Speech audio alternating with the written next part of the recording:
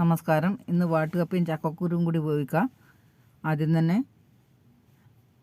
വാട്ടുകപ്പ വെള്ളത്തിലിട്ട് കുതിർത്ത് കഴുകി വാരി കുക്കറിലിട്ട് 2 വിസിൽ വരുത്തിച്ചാന്ന് വെള്ളം ഒഴിച്ചിട്ട് ഇനി കപ്പ കോരി മാറ്റി കുക്കറിൽ ചക്കക്കുരു തോല് കളഞ്ഞ് കഷ്ണങ്ങളാക്കി കഴുകിയിട്ട് വേവിച്ച കപ്പയും ഇട്ട് കൊടുത്ത് ആവശ്യത്തിന് ഉപ്പും 1/2 ടീസ്പൂൺ മഞ്ഞൾപ്പൊടിയും കുറച്ച് വെള്ളം ഒഴിച്ച് രണ്ടാമതും ഒന്ന് വേവിക്കുക. ഒന്ന് ഇളക്കി കൊടുത്ത് 2 വിസിൽ വരുത്താം. ഇനി അരമുറി തേങ്ങ ചിരവിയത് 3-4 പച്ചമുളക് കുറച്ച് ചുവന്ന ചെറിയ ഉള്ളിയും കൂടി മിക്സിൻ്റെ ജാറിലിട്ട് 1/2 ടീസ്പൂൺ ജീരകം 1 നുള്ളു മഞ്ഞൾപ്പൊടിയും കുറച്ച് കരിവേപ്പിലയും ഇട്ട് ഒന്ന് ഒതുക്കിയെടുത്ത് ഇനി കുക്കർ തുറന്ന് ചക്കക്കുരുവെല്ലാം വെന്തിട്ടുണ്ട്. വേറെ പാത്രത്തിലേക്ക് മാറ്റി കൊടുക്കാം. ഇനി അരച്ച തേങ്ങ ചേർത്ത് ജാറിൽ കുറച്ച് വെള്ളം ഒഴിച്ച്